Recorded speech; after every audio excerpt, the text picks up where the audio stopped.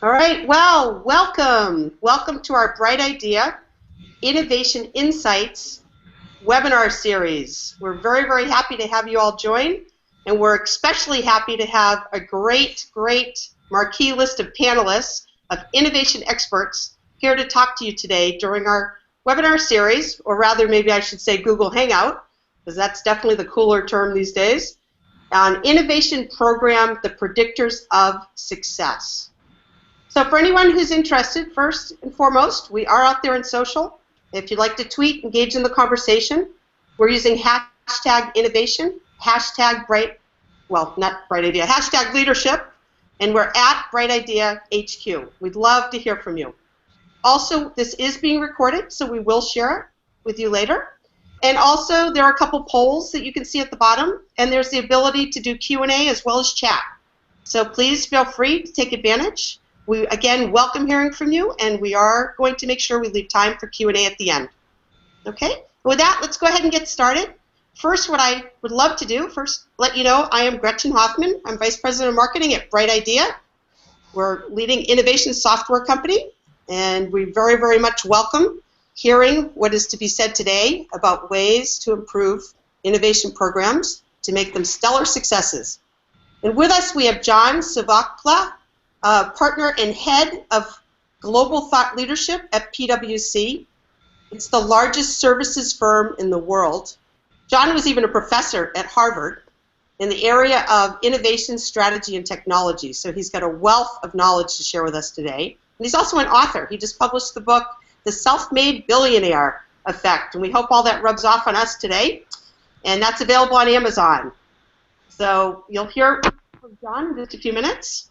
We also have Kuhan Milroy, who is the Senior Director of Social Business Innovation at SAP. He joins us to share his views today from his 20 years of innovation and related industry experience. Not necessarily SAP's views, but we absolutely love to hear what he has to say. And Diane Finkhousen, Director of Open Innovation in Advanced Manufacturing at General Electric. Years, and today Diane leads GE's Open Innovation Center of Excellence. So as you can see, we've got a great panel. Since I obviously have spoken with them a few times, I'd love to have each of them just go around and introduce themselves. If there's any facts I may have forgotten. Add one fact that if you Google them, you wouldn't actually see it or hear about it, and that they could share with you. So let's start off with Kuhan. Sure. Hey, Gretchen, also, I don't know if other people heard it, but your voice was cutting in and out for me. Oh, thank you. Thank you for letting me know that. Yeah. Okay. Yeah, so thanks for the intro, and I'm glad to be here, and hello, everyone. So I work for SAP. I head up Idea Place. It's basically a shared service innovation team, and we support a variety of innovation use cases. We initially had started with crowdsourcing customer ideas to influence SAP products, but we've expanded into contests, customer partners, students, focusing on areas like how can we re-innovate the utilities market, an industry hasn't changed for 100 years. So starting to look at things like that. And we initially did start out with kind of going to the executive board and looking to get adoption there, but we didn't get much traction. So we've kind of gone back and started from grassroots, kind of went through the organization and found people who had similar interests and wanted to do innovation. And that's been about 4 or 5 years. So we've kind of grown from a grassroots. I just wanted to state that so you knew where my perspective came when I was providing answers. And if you go online, what you wouldn't find out about me is that I guess I have a love for bunnies. That's a big surprise about me. I don't know much more to say about that. They're closer to us than rodents in the evolutionary chain, and I find them pretty calming. So. Great, thank you. Well, we're very happy to have you here, Kuhan. And John, I'll turn it over to you. Thanks, Gretchen. Thanks, Kuhan. Yeah.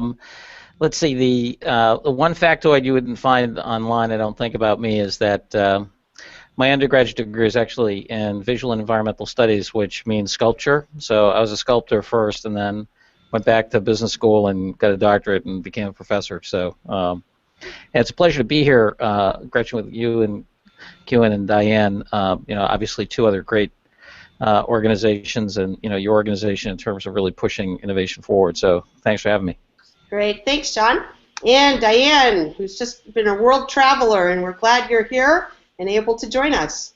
Thanks, Gretchen. I'm thrilled to be here. So, again, this is Diane Finkhousen. I lead the Open Innovation Center of Excellence for GE. And quick little factoid, as Gretchen mentioned, I'm just back from Tokyo, just back yesterday, and had an opportunity while there to meet about 500 of our innovation colleagues in Japan, and who are solving for a range of innovation priorities and opportunities, and it was a great conversation. So, you know, it was a worthwhile experience and trip. Got to see the cherry blossoms, but definitely great to be back and with you.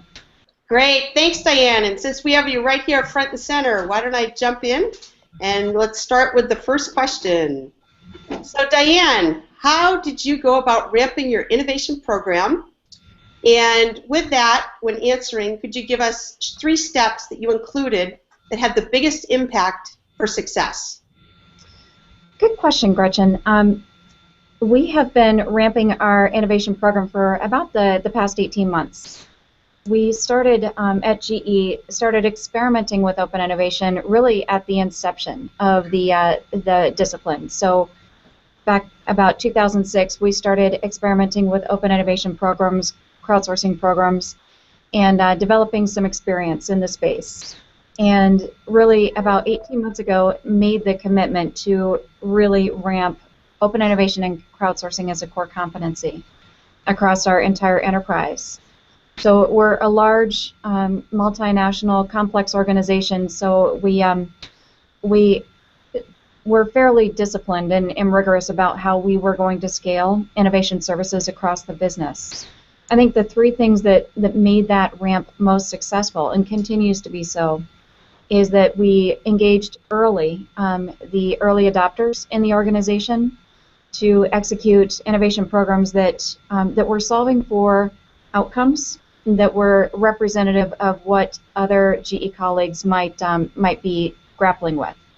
And so we were in those early programs able to develop case studies and learnings, but more importantly, case studies that would allow us to take those stories to other GE business leaders, so that they could see themselves in their own pain points in those examples and see how open innovation and innovation could apply to them. I think, secondly, equally importantly, the first phone call we made when we decided to set up the Center of Excellence was to our Intellectual Property Council. And the IP team here at corporate has been a really essential business partner for us, helping us basically build a host of our foundational elements for this program, ranging from vendor contracts to solver contracts, to the terms and conditions that we publish in our campaigns. The IP team's partnership for us has been really essential to ensure the stewardship and governance of our interest and solver interest, and also to give the business teams comfort that the innovation program that we were putting in place had the appropriate safeguards in place. And then I think the third step, and this was mentioned earlier and probably will be a common theme, but was the creation of a centralized innovation services group, basically an open innovation center of excellence. And that really allowed us to create an efficient innovation system, was instrumental to the consolidation and distribution of best practices, lessons learned, and governance, so that we could truly scale innovation efficiencies across a very, very large global organization. Great. Thanks, Diane. And John, could I ask you the same question? Sure. Yeah, there really were 3 things that we did. First, in terms of our own innovation, we did a lot of acquisitions. So our consulting organization has gone from 0 to about $3.5 billion in the U.S. alone, and half of that is organic, half of that is inorganic. So we've bought in lots of new innovations around, whether it's cybersecurity, the creation of new customer experiences, unbelievable meeting technology, and so forth. The second thing we do is we work a lot with outside institutions. So we've got Cal IT2, for example, is the best computer visualization lab in the world. run by a guy named Dr. Larry Smar. And Larry is one of our fellows, and we use a lot of his technology for advanced data visualization. We have a data wall that is huge. It fills a whole side of a room, and we use that for simulations and for displays and for working with innovation teams. And the third thing really comes from the research we did on these self-made billionaires. So we just finished up this book at the end of the year, end of last year, got published, and what it basically was asking is, who are those breakthrough innovators and how do they create billions of dollars in value, and what can corporations learn from them? And the fundamental thing that we learned was that for incremental innovation, you can use a traditional kind of funnel process, bubble up, and so forth. For breakthrough innovation, it's really much more personality and individual driven than it is by process. And so what we saw is what we call producers, people who know how to design and deliver new value, working with performers. And it was really looking for those teams, those duos, that was the defining characteristic of breakthrough value. And we've used that insight both for our own, to turbocharge our own innovation in terms of innovating our products and services and working with clients. Great, great. And Kuhan. Yeah, so I think there's definitely a big difference in the way we've started. So we, as I mentioned earlier, we kind of went grassroots, so bottom up, and I think it's been about 4 or 5 years now, and definitely want to get to where Diane's position is, kind of going overall like that. So from starting from a very small place, first, I mean, we basically had, I don't know, $5,000 in Dream. So first thing we did was definitely source some money. So find internal partners who want the same thing. Find people who definitely want to do innovation. They've been thinking about it. They want to support it. So they'll actually help you. That was a big thing for us. The second was your customers, your internal customers. Just go for the people that say, you had me at hello. Don't, there's going to be 66% of people who are like, oh, I'm not sure, or I don't know, we're kind of busy this year. Like, there's going to be a good group out there that just is burning to do this already. So they're the easiest to bring on as your early adopters. And then for us, I know it's going to be an odd thing, because if you look at like the Gartner report on what's the top 10 things for an innovation program, the platform is actually like one of the last things. But it's absolutely a necessity, and we tried to do it ourselves. We tried to program it ourselves internally, and then we used Jive, and I mean, it was just crazy how much time. I probably wasted 80% of my time on the platform. So we're now running Brightidea, which is amazing. So I definitely say, when you're starting out, don't try to do it yourself. Just get one of the best of breed and just start with that. Great, great. Of course, I love hearing that, so thank you. And we did not pay Kuhan for the plug, just so anyone knows there. And Kuhan, since you're up here, why don't I just ask you the next question, okay? Sure. What are the top impediments or challenges to innovation program success, and how do you overcome them? So I think, this could be a big coffee-long discussion. I think the first thing I find is quite interesting is that, if you look at companies today, they're still organized like the old Roman military structure. You have generals, lieutenants, all the way down to soldiers. And we haven't really innovated or how we organize people and structure things for like 2,000 years. And I think what's interesting is that when you start to talk about innovation, we talk about going across that and breaking across that. So one of the biggest things for innovation is actually kind of going against the company's natural immune system to prevent change and prevent disruption. How do you overcome that? I mean, if you can get executive level support from the beginning, a lot of execs are understanding this more and more. I mean, absolutely get that on board. If you can't, then start small, get a lot of pilots, build up the success stories. That's basically your first start. 2 and 3, I'd say definitely internal politics. We had trouble with this. We're a software company, and we do innovation, and a lot of teams felt that they own that label. And I mean, it literally was overused to the point that it was meaningless, in my opinion, and a lot of employees, I think, just were saturated with that. So again, for that is really start delivering. It's one thing for a team to say they do it, but it's another thing for a team to be delivering the quick wins and having the use cases to share as well. And then I think the final one is ensure the message matches the assessment. So what I mean by that is that we've had a lot of managers who say, yes, we want to be more innovative and submit your great ideas, But when you look at their performance measures, like what that's put in the system, what they're measured on, there's no ability to fail. You know, you still have to meet all your targets, and you still have to hit everything. And if you build a great plan and you fail at it and learn from it, that's still not extraordinary. That will never be extraordinary. And I think we need to start changing that and saying that it's okay to build a great plan, reach beyond what we're comfortable with, and fail. And that we're starting to get some traction on that. I mean, it's really just education of managers and HR, but that's another burden I find. We've actually had development managers tell their employees to not do innovation after, you know, the leader has said to do innovation, just because they weren't compensated for that. Wow, that last point's a great point. Obviously, all of them are, but that last one's a really good reminder. Yeah. So, thank you. All right, John, same question. Yeah, well, I think that the Kuhan teed up one of two things that I think are important. First is the expectations of, you know, what is a great innovation function? How often does it succeed? Because, you know, a great management system, I mean, we got two great companies on the phone here, you know, SAP, GE, you know, failing 10, 15, 20% of the time is unacceptable in the core business, right? So if you're in the innovation part, I see Diane's smile here. She's it's definitely, yeah, you don't fail like 20% of the time in GE and stick around. So,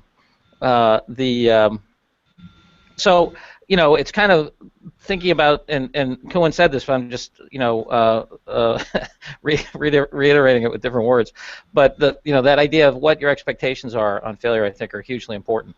The second thing, and this is probably the most important finding from our book, is breakthrough innovation, radical innovation. A lot of organizations separate thinking from doing. They have ideation teams, they have senior executives that, you know, participate in ideation, and then they hand it off to other people to implement. We haven't been able to find one instance where that led to any kind of breakthrough innovation. You know, a radical new product, a new business model, any of that stuff. Incremental, yes, all day long. So the message is, if you want transformational innovation, it has to be at the top of the organization where people actually own it and they're on the line and they're responsible for it. They can't delegate it, and they have to drive it from concept through execution.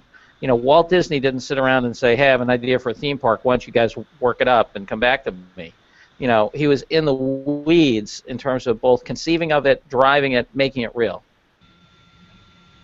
Great. Thanks, John. John, I'm going to ask one more question of you while you're here. Sure. Can you talk a little bit about people and process, and really what dominates more, and how they need a complement? Absolutely. I think for incremental sustaining innovations, which are super important, they're the core of most innovation activities of existing organizations. So just because I use the word incremental doesn't mean bad. It actually means fantastic. It's just like compound interest in a bank. It's absolutely central to the core running of the business. Processes dominate in incremental innovation. In breakthrough, radical, transformational innovation, people dominate process. Another way to think about it, we kind of kid around that if you really want breakthrough innovation, you fund the rebels and you arm the cannibals. Okay, it's not about setting up better processes. It's about getting to the people who know how to hotwire the organization to get things done. And that's really the kind of producer mentality we're talking about. They can not only come up with a conception of the innovation, but they also come up with a clever way to get access to resources. Great, great. Thank you very much for your insights. And Diane, new question for you. On a scale of 1 to 5, with 1 being the best, how engaged are your executive sponsors, and why, or how do you get them engaged? Great question. I would say easily a 1. So I would attribute our innovation success to that sponsorship. So our executive leadership team at corporate and in the business units are all very focused on the value of innovation. Right? We have a long legacy within our organization of Six Sigma process and process excellence and high volume production excellence.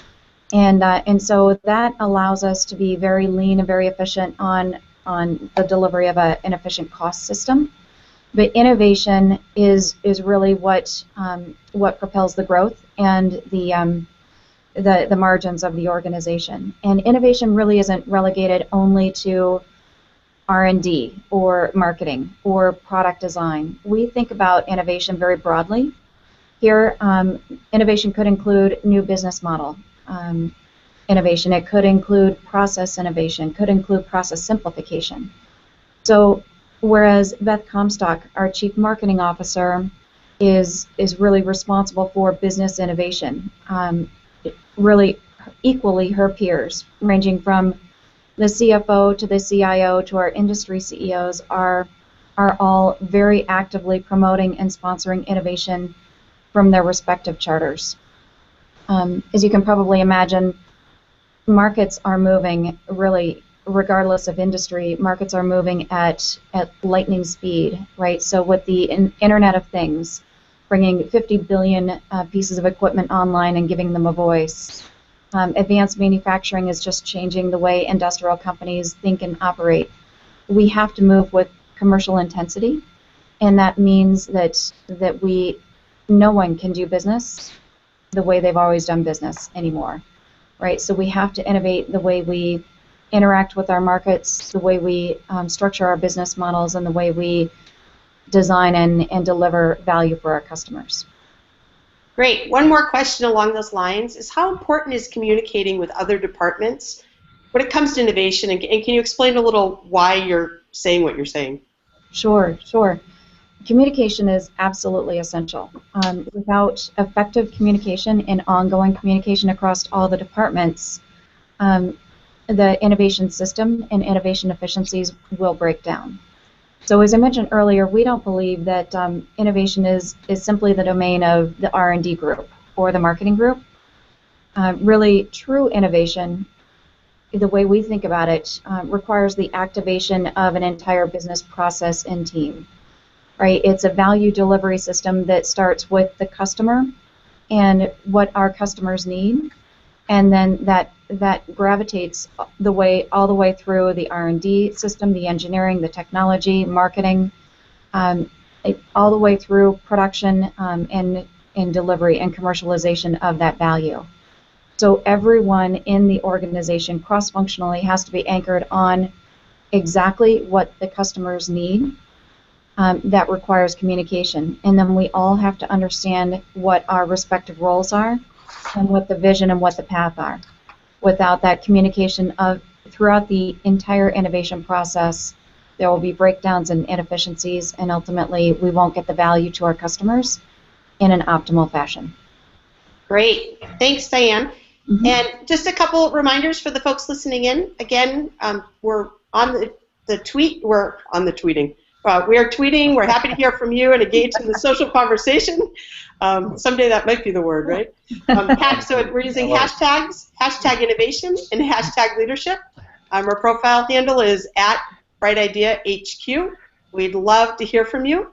And also there are two polls. One that talks about, does your firm have a formal innovation program? And the other is, what is hindering innovation progress at your company? Would love it if you could complete those. They're right at the bottom of your screen. That way everybody can see each other's, and frankly, it's a community. We can all feel and understand how other people are experiencing innovation at their companies. So we'd love to have you complete that.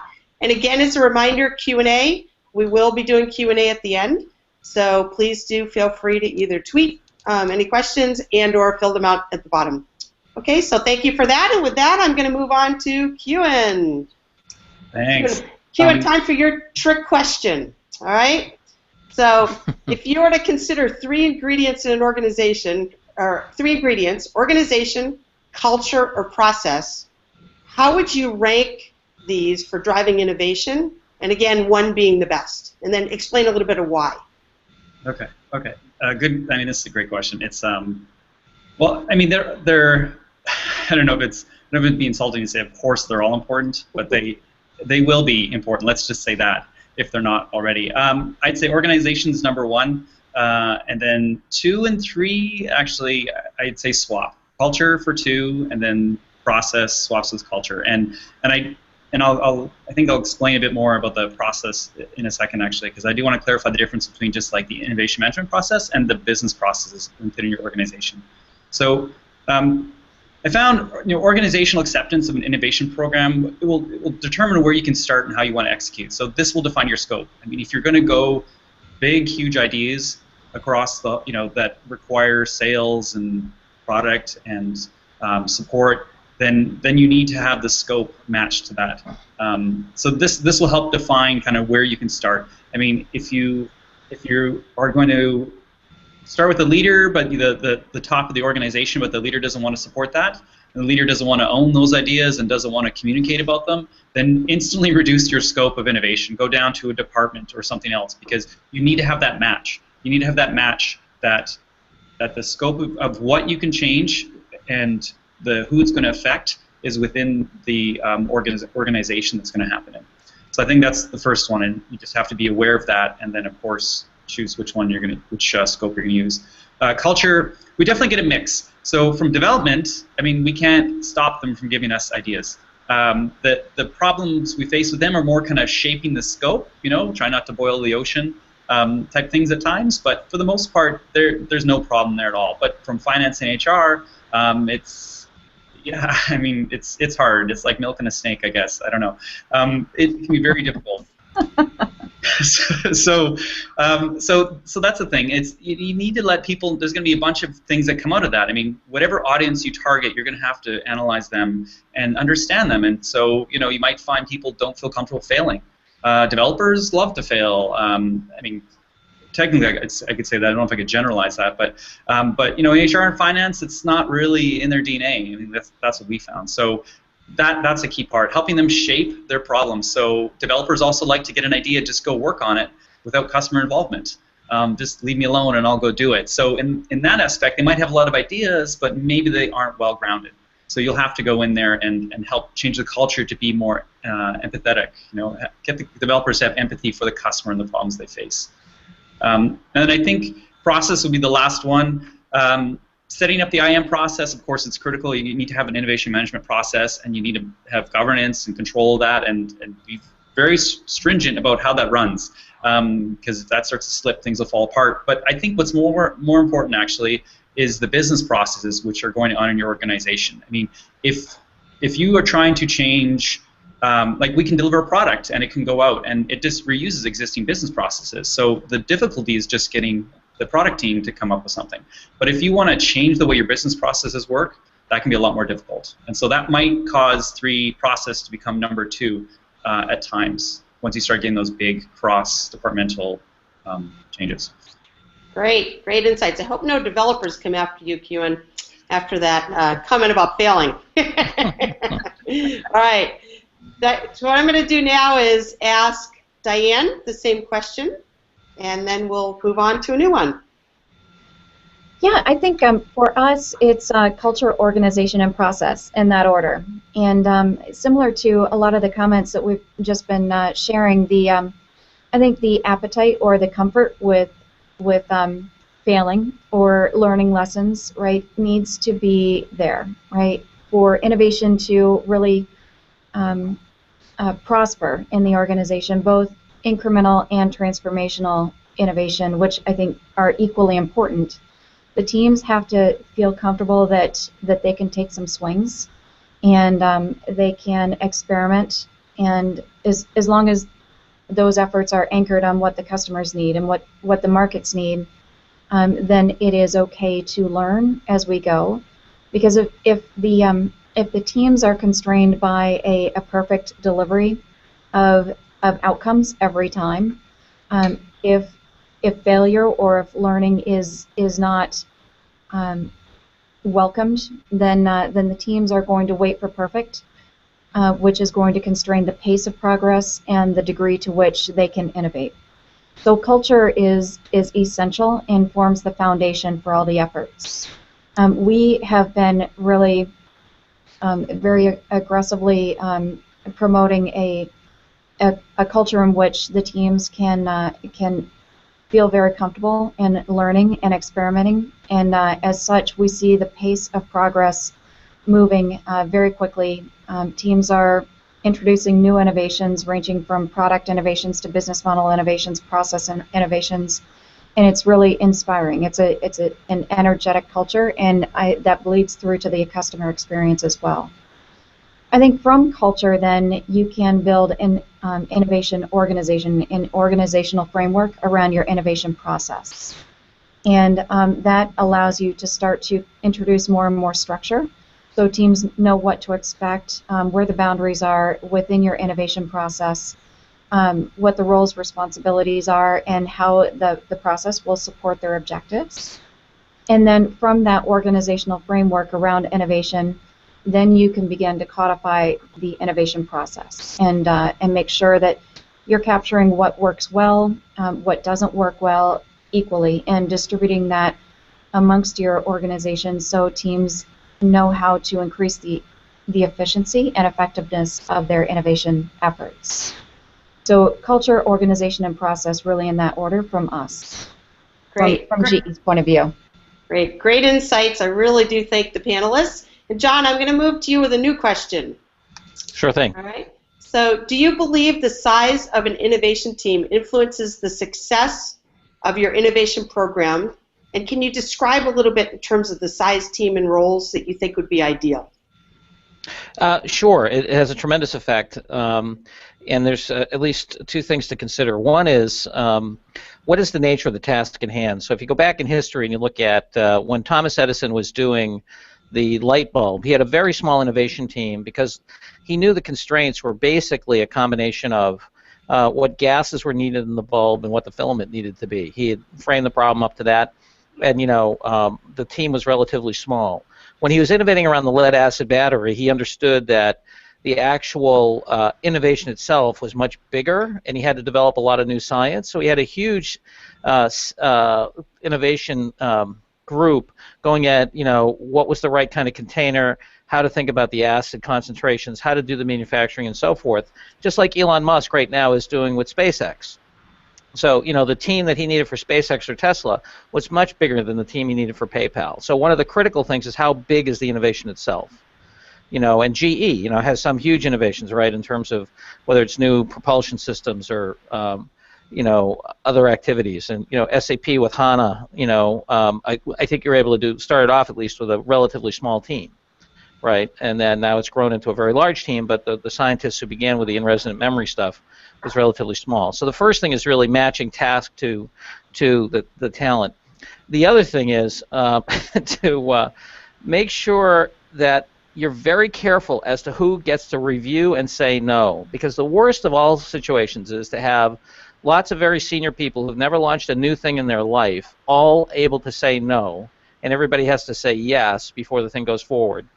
I remember one time Gordon Bell is a friend. He was a senior scientist at Digital Equipment Corporation, the man who invented the VAX meeting computer. And he told this wonderful story, and I can tell this story because Digital Equipment Corporation no longer exists. But he went into a new product development team, and he said there were about 20 people in there trying to come up with a new product. And he came back and he showed me the email he sent to Ken Olsen, who then was the CEO of Digital Equipment Corporation. He said, "Dear Ken," he said, "I just came from a meeting, an innovation team that has twice as many people as it needs." He said, "But this is Digital Equipment Corporation and we won't fire anybody. So I suggest we create a new thing called the No Output Division, the NOD, and we transfer 10 of these people out of the innovation thing to just sit in the NOD and do nothing, and we'll get much more done." So the idea that you can have too many people involved, and certainly too many people have to review and say no, who have the ability to say no, who've never launched anything new in their lives, is a real danger. Okay, John. Very, very good point. So let's move on. Kuhan, I'm going to come to you with a new question. Sure. So, how would you describe the best characteristics of a successful innovation program? Program leader? Is that the... Program leader, sorry. I guess you knew you could read my mind. Yeah. I think this is a tough one, actually. I think about this a lot, actually. I think, first of all, that a jack of all trades, a master of none is probably the first thing in the job description. I mean, you need to understand at the end of the day, that this is a change management topic. Change management in the organization. I think that's basically what this is all about. So, with that, I mean, you definitely have all the parts of that. Employee participation, cultural change, that sort of thing. I think that all kind of wraps into that. Deep appreciation of how the company operates from discovery to sales. End to end. I think that's a critical piece. If not, we're also talking about people who if they don't have the knowledge right out of out of the gate, that they can acquire it quite quickly. Definitely keen sense of execution towards results. So it's nice to be dreamy and come up with a lot of ideas and brainstorm and all those fun things, but you gotta crunch that pipe down and get those ideas out. And finding someone who can cross both of those is interesting. You're a little bipolar, right, when you start to look at things like that. Definitely a maverick. Someone a bit of a pirate. Just it's always hard. It's, as I said before, the natural immunity of the company does not want this. It wants to keep the company healthy and lawsuit free and not be disruptive. So you always are fighting that. And then just, I think, a relentless champion of the ideas to get people to create them, help people make it happen across cultures, across geographies, and just that desire to have the company be better every day. Okay, no, great points. So what I'd like to do now is go around to each of the panelists and have them give us a brief answer on how do you define or measure success of your innovation program, and really how do you create value? So Kuhan, since you're up here, why don't I ask you that first? Okay, and I don't know. Yeah, I don't know if I have the greatest answer for this. I honestly struggle with it, and I think part of it is because we're growing and expanding. And I actually just wrote my 2015 performance goals. And I couldn't put, I just couldn't put down a single measure or kind of a couple metrics for like dollars or adoption or impressions or participants or ideas.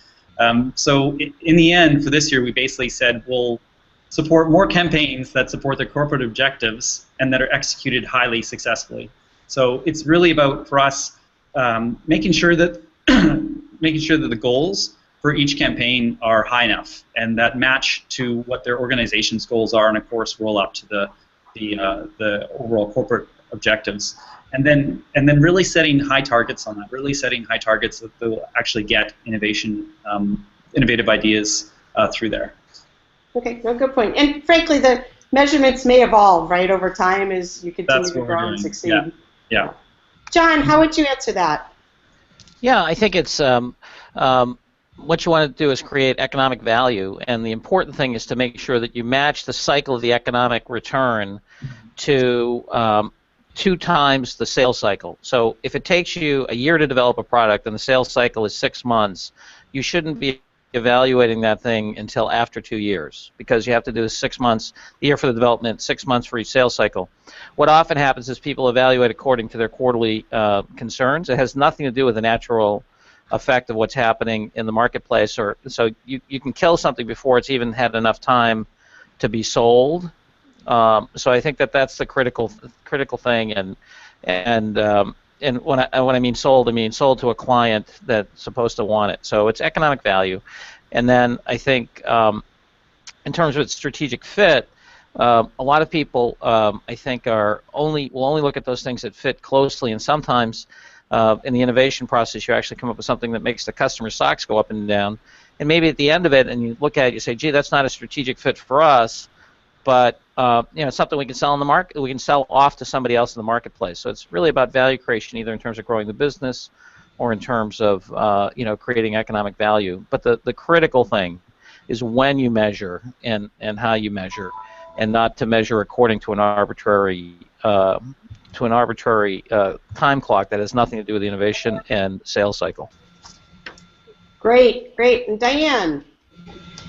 Yeah, I would echo a lot of what John and Kuhan have shared as well. I think that the customer orientation is essential, and so the creation of economic value for our customers is job number one. And when we look at specifically our Open Innovation Program, we look at the ability to drive better cost, quality, and speed into everything that we do in partnership with the innovators, our co-innovators in that process.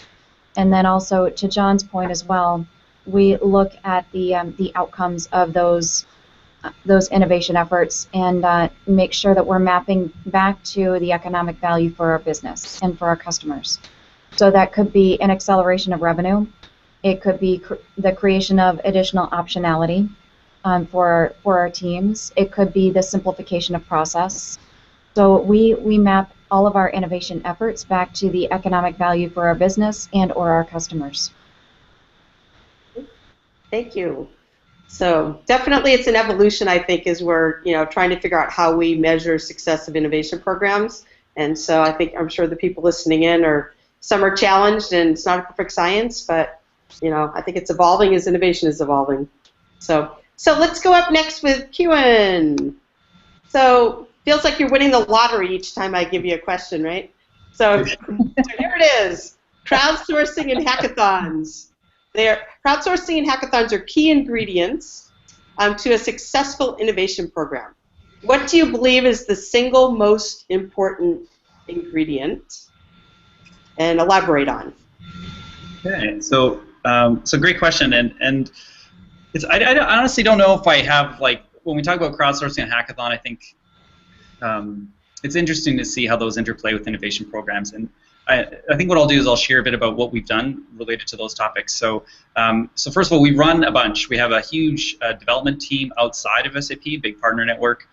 We have, of course, huge development teams inside, and we leverage them, so including customers and partners, to do basically crowdsourcing and hackathon. The one place we found that the crowdsourcing works, of course, is the gathering of ideas. We find when we get people together for crowdsourcing and hackathons that you don't want them coming fresh with new ideas, or at least you can, but to scope that time in takes a lot of effort. So we do encourage submitting those ideas online, and then having the people who are passionate about their ideas present them. So we have them present their ideas physically in presence, in smaller groups, basically to the audience, and get the group that's there to join up with the teams that they find really interesting. And so then you kind of get that group together, all championing around an idea, and then they can start building it. And I think that's the critical piece. And I know definitely John's mentioned this a bit too, about the innovation groups and getting those passionate kind of people and the producers, and that I think that's what we see when we run hackathons and crowdsourcing. We actually see that connection, and it produces fruitful results. I mean, a lot of the time we get them to stay overnight and just work like 24 hours, and so it's a lot of Red Bull and stuff like that. And there's no freedom. I don't know why we do this, but there's no freedom in the schedule. It's like, yep, 2:30 you have to demo this, and 4:00 a.m. you have this. But they do it.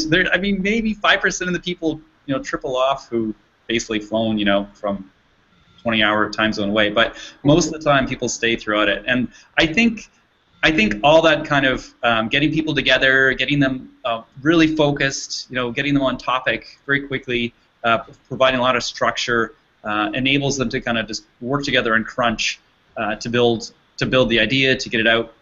And of course, at the end of it, you got to have an award ceremony and present and showcase, that sort of thing. I think they really love that. And the outcomes for this, though, so why would you want to do these crowdsourcing and hackathon things? The outcomes is that it's basically all that kind of engagement piece that you're trying to solve with your culture, how to make them more innovation, whether it's innovative, whether it's external, customers and partners, learning to use your products, learning to adopt the technology, learning other people, what other people are doing, or to actually make acquaintances, or internally, getting those people to have time and say it's okay for them to innovate and do these sorts of things. I think that's kind of a beautiful mechanism to drive the culture of innovation. Well, we can hear your passion coming through for innovation and all those people that are doing hackathons, that's for sure. Definitely going to be very passionate in the space. Yeah. Related to that, how important is the innovation program, Kuhan, basically the program interface for success, and what are the top 2 attributes you believe is needed to be successful?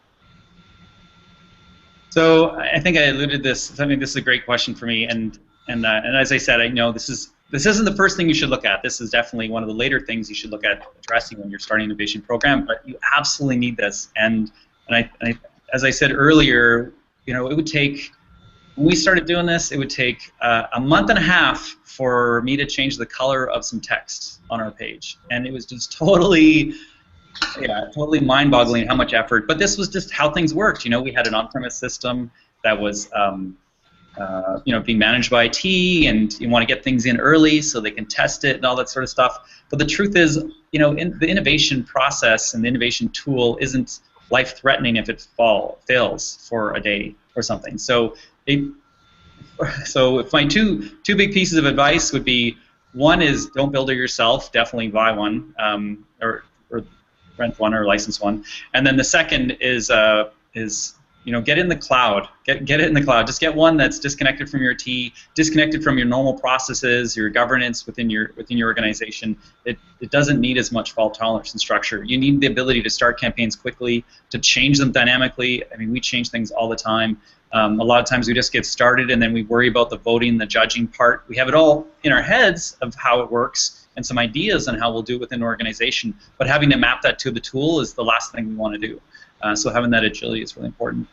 I think just to kind of mention a bit on that is that when I started, also we'd spend about 80% of our time, of a single person's employee's time, on the platform.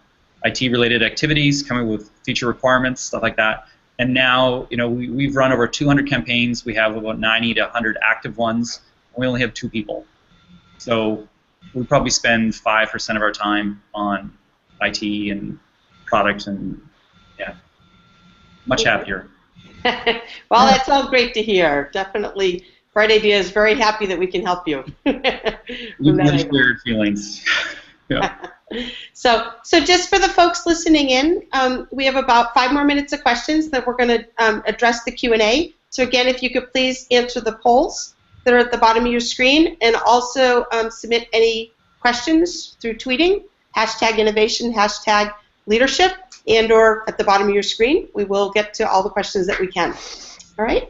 So, John, now again, I do feel the lottery's coming over to you here, John. So, what's the biggest? What's the biggest? We need that bell ringing, right? What's the biggest challenge with transformational innovation? I think the biggest challenge with transformational innovation is to make sure that the people who are driving it have all the degrees of freedom necessary to deliver it. I don't know if you've noticed the Keurig cold machine. This is the coffee company out of Vermont. Green Mountain Coffee Roasters bought Keurig. They have these little little cups about yay big, that you throw them in the machine and you push down. You get hot coffee, right? And tea and all kinds of stuff.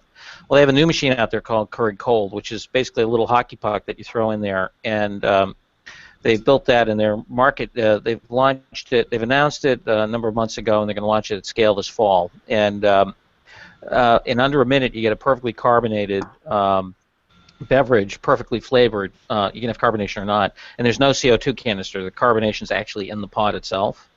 When they were building that, the many experts, even within their own firm, said you cannot do that. It's impossible to do it. Coke's never done it. Schweppes has never done it. Pepsi's never done it. And you, a friend of mine, Kevin, are not going to do it.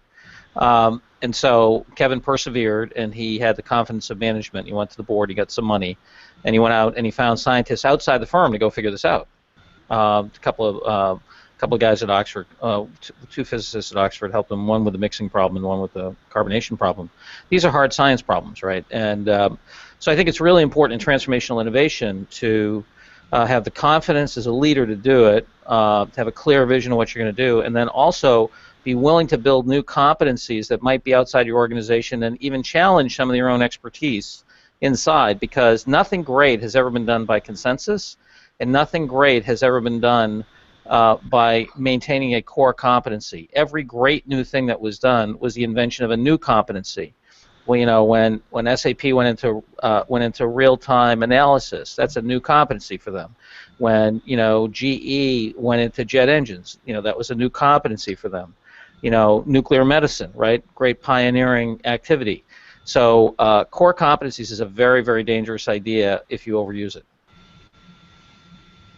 Excellent. Excellent. So what I'd like to do now is just do a quick summary and then do a last question for the panelists, then we'll address Q&A. So overall, what we're really hearing from our experts in innovation here, from SAP, GE, and also PwC, that you really do need organization, culture, and process all working for you. You need a dedicated innovation program leader. You need to figure out how you're showing value and having the right people, particularly executive sponsors, see that value for innovation, and really figure out how you're working well across departments. And so, those are a few points that I've captured here. What I'd love to do, I'll say in closing, but we are going to do the Q&As at the end, but in terms of going around with our lottery winners here, what I'd like to do is have each of the panelists take about 30 seconds and share their thoughts on where innovation program management will be, say, in 5 years, Is it steady adoption, fast adoption? What do you see is happening out there and why? And John, since you're up, I'll start with you. Sure. I think that we're going to continue to see the cycle time for innovations decrease, but again, we're going to have more deeper science, like, you look at the Google car and so forth. There's some deep science in there. That car actually drives through a 3D model of reality that was never created before they used the little spinning thing on the top of the LiDAR to create that.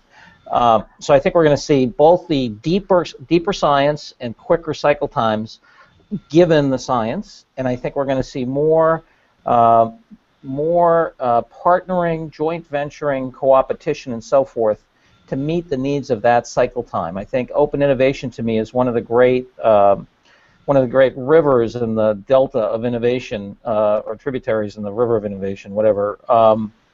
Because what it does is it brings talent outside the firm into the process, helps bring new thinking and decrease cycle time when done right, and we're going to have to get as innovative about how we partner and deal with intellectual property and residual value as we are about the process itself. So I'm optimistic it will get more intense and more short, controlled for deeper science.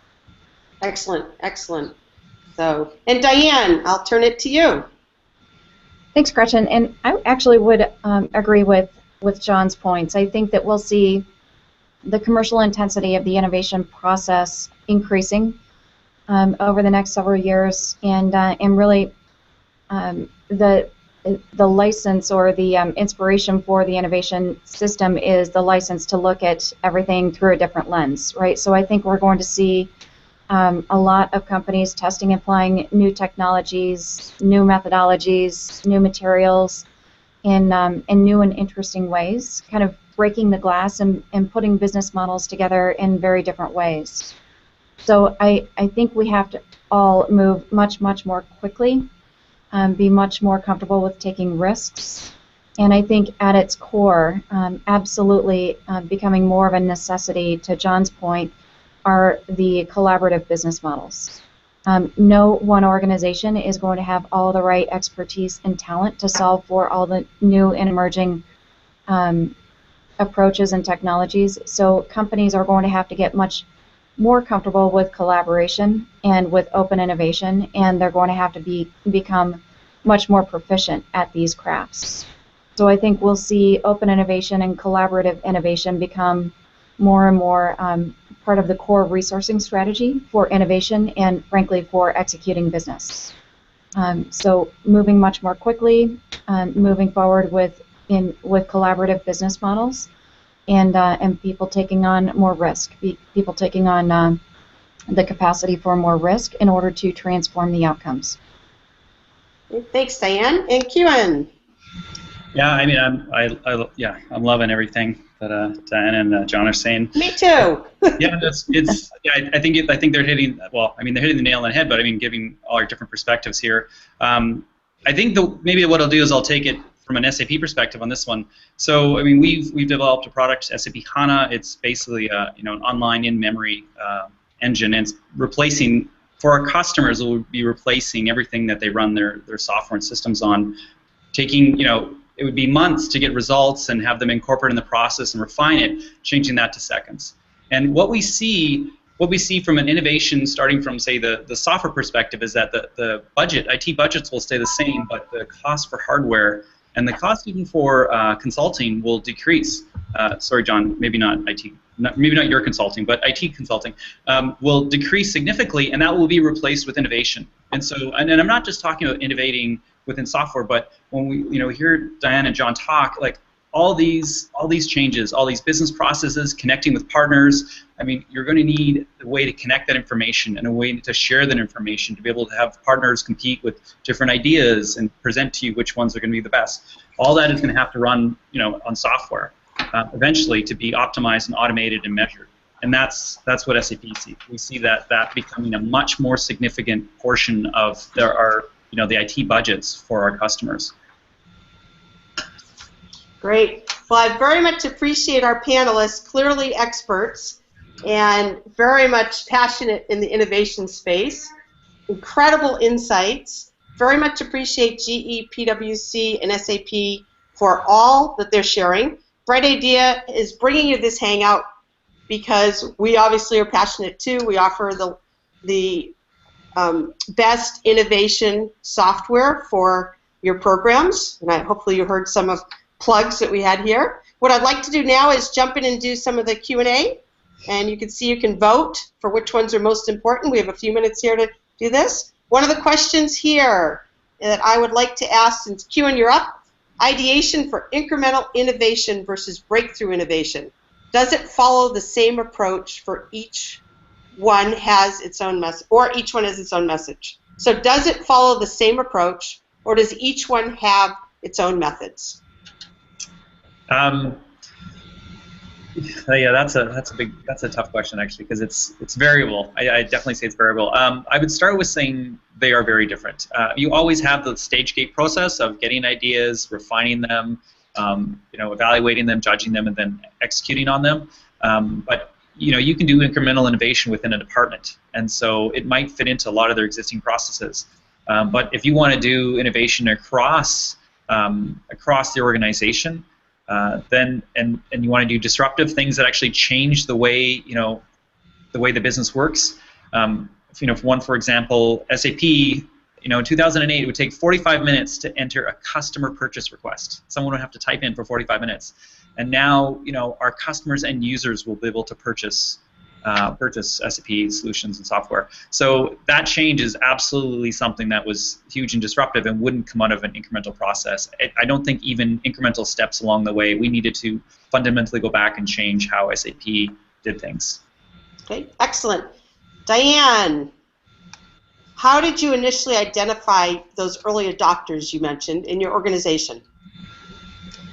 Oh, great question. So they were the folks that were clearly thought leaders in their space, and that were typically the first to raise their hands and try new approaches, new methodologies, and with whom we had an existing relationship for the most part. So they were, in our case, they were the folks that were testing out 3D printing, right, and additive manufacturing.